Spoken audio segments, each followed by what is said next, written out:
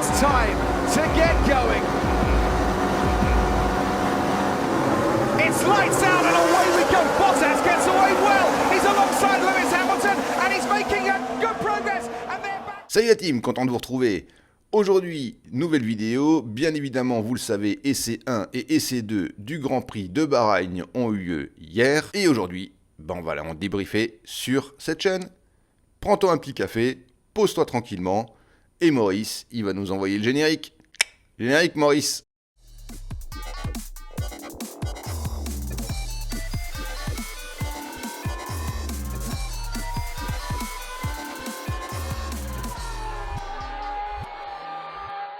Essai 1 et essai 2 ont donc eu lieu hier. Et qu'est-ce qu'on a pu remarquer? Donc sur les essais 1, pas grand chose. Ce sont des essais qui sont là pour commencer à faire tourner les monoplaces. Pas de gros faits marquants. Une seule chose, ça. Esteban Ocon a perdu un ponton. Donc pour lui, configuration ancien ponton. Ancien. C'est marrant de dire ça, mais oui, c'est ancien ponton. Il n'aura pas l'évolution des pontons comme Fernando Alonso, puisqu'il a cassé le sien. Enfin, il a cassé. Le sien s'est détaché. Donc, lui, ancienne configuration ponton. Et Fernando Alonso, nouvelle configuration ponton. Et ça fait peut-être une petite différence. Mais c'est le seul gros fait marquant des essais 1. Le reste, ça a tourné. Ils ont fait des tests. Voilà, c'est pas foufou. C'est comme ça. Interlude publicitaire pour vous rappeler que si vous voulez, vous pouvez vous abonner à la chaîne, activer les notifications si vous voulez être averti de la sortie de la prochaine vidéo la semaine prochaine. Et vous pouvez toujours encore nous suivre sur les réseaux sociaux, Facebook, Twitter et Instagram. Les essais 2, déjà un peu plus intéressants. Les monoplaces ont commencé à tourner en version un peu plus qualif. Les tours ont été faits beaucoup, du moins les tours les plus rapides, bien évidemment en pneus soft. Ça a beaucoup tourné en pneus soft.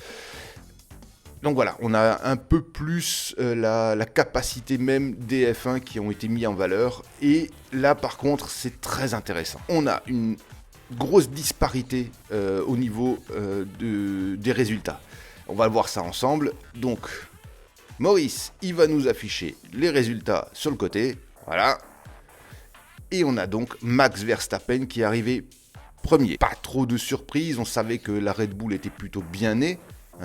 Donc Max Verstappen premier. Là, la surprise, elle n'est pas là. En numéro 2 et 3, on a donc les Ferrari. Là non plus, pas de grosses surprises. Elles sont à la place à laquelle on pensait qu'elles seraient. Ensuite, en numéro 4, on a George Russell. Là, ça commence à devenir un peu bizarre. Vous allez voir, vous le voyez très bien sur le côté, la suite. George Russell en numéro 4. Bon, très bien pour Russell, moins bien pour Mercedes quand même. Des questions se posent. Est-ce que c'est la voiture? Mais ce serait étonnant puisque George Russell est quand même 4e. Ou est-ce que c'est les pilotes qui ont du mal, enfin du moins le pilote numéro 1, Lewis Hamilton, qui a du mal avec la Mercedes?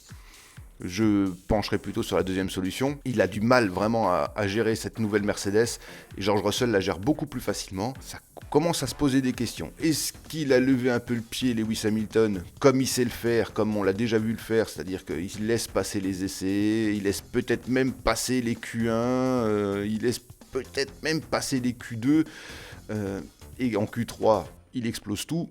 Possible, on verra ça cet après-midi, mais quand même... Voilà, George Russell numéro 4, c'est bien pour Mercedes, enfin c'est bien pour George Russell, c'est peut-être moins bien pour Mercedes, des questions sont à se poser là-dessus. Ensuite on a Fernando Alonso sur l'Alpine, alors ça c'est superbe pour Alpine, parce que ça veut vraiment dire qu'ils ont un certain rythme, ils ont une certaine puissance de moteur, ils ont une certaine capacité, on les voyait peut-être un peu plus bas, on va voir ce que ça va donner. Maintenant là aussi, grosse disparité entre les deux coéquipiers. Après Alpine et Fernando Alonso, on a Valtteri Bottas sur l'Alpha. On les voyait absolument pas là. Ça va tenir ou pas, on va bien voir ça cet après-midi, mais c'est vraiment très prometteur pour Alpha. Gros problème, Sergio Pérez. Sergio Pérez, lui, il arrive 7ème. Comparé à son coéquipier qui est premier, on l'aurait vu un peu plus haut dans le classement. Peut-être pas forcément numéro 2, mais un peu plus haut dans le classement. Est-ce qu'il va arriver à faire quelque chose pendant la course? On va voir ça. Vous le voyez comme moi. As, juste derrière la Red Bull. Waouh! superbe pour As. Franchement, moi je suis vraiment très content pour cette écurie. Et là, quand même, dans le top 10, magnifique. Et en plus, c'est Mick Schumacher, donc très très bien pour lui, très content pour lui. Mais voilà, la As a l'air de vouloir disputer les points cette année. C'est vraiment très très bien pour eux. Et là, on a Lewis. Comme dit, je me pose la question, est-ce qu'il n'a pas levé le pied, parce qu'on sait que c'est quand même le roi de l'intox, le garçon. Donc est-ce qu'il a pas levé le pied exprès, mais il est là. Et puis il est entouré de quoi ? De Kevin Magnussen. Il est entre les deux As. Est-ce que c'est les As qui sont performantes ? Est-ce que c'est Lewis sur la Mercedes qui ne l'est pas ? La question se pose.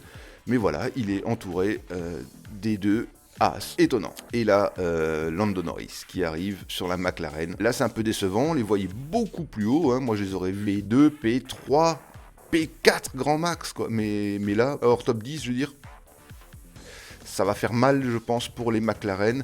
On sait qu'elles ont un problème, elles chauffent de trop, qu'elles sont beaucoup plus performantes une fois que la température sera basse.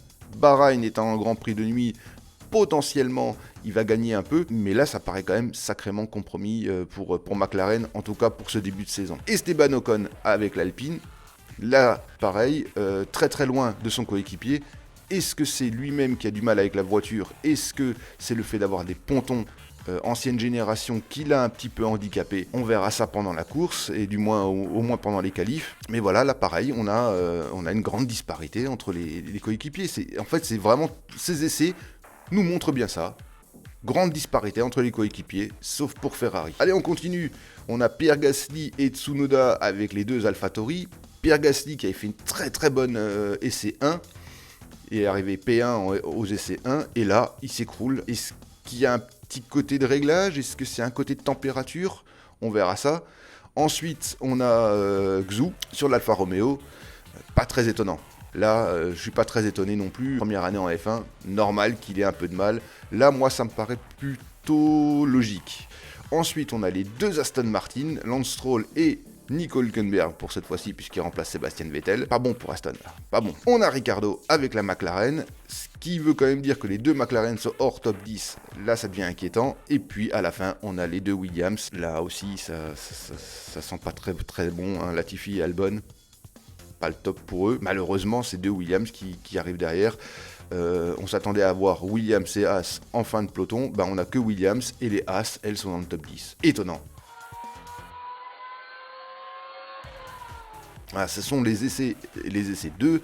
On va voir ce qui va se passer aux essais 3, qui sont plutôt des essais un peu relais longs. Donc je ne pense pas que sur les essais 3, on aura quelque chose de très intéressant à voir, puisque les temps vont être plus longs. Et puis après, il va y avoir les qualifs. Alors, n'oubliez pas que pendant les qualifs, il y a un gros changement au niveau de Q2. Avant, il fallait avoir les pneus de Q2 pour partir sur la course. Maintenant, plus du tout. Les écuries peuvent changer leurs pneus comme ils veulent. Donc là aussi, stratégiquement, ça va un peu changer. On a aussi vu que très très peu de dégradation au niveau des pneumatiques, ce qui nous emmène vers un seul relais normalement. Pirelli, normalement, a dû faire des steps beaucoup plus importants entre chaque configuration de pneus. Là aussi, la stratégie va pouvoir jouer pendant les qualifs et pendant la course. Tout ça, ce sera un peu à peaufiner.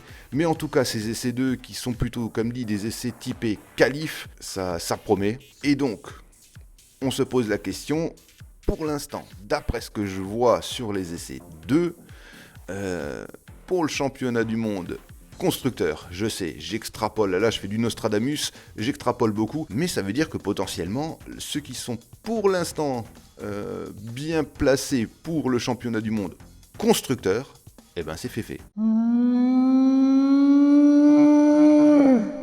Bien évidemment, il va y avoir encore des modifications, ça va encore bouger énormément, donc ça ne veut absolument rien dire, mais c'est juste, voilà, la configuration là, des essais 2 nous donne à peu près cette visibilité-là. Très, très surpris de Haas, pas surpris du tout de Ferrari, et très surpris entre les différences entre les pilotes de la même écurie. Là, par contre, on se pose vraiment beaucoup de questions. C'était un peu l'analyse des essais 2. Aujourd'hui, ce seront donc les essais 3 et les qualifs. Et demain, ce sera la course. Nous, on se retrouve semaine prochaine. On va débriefer les qualifs et la course ensemble.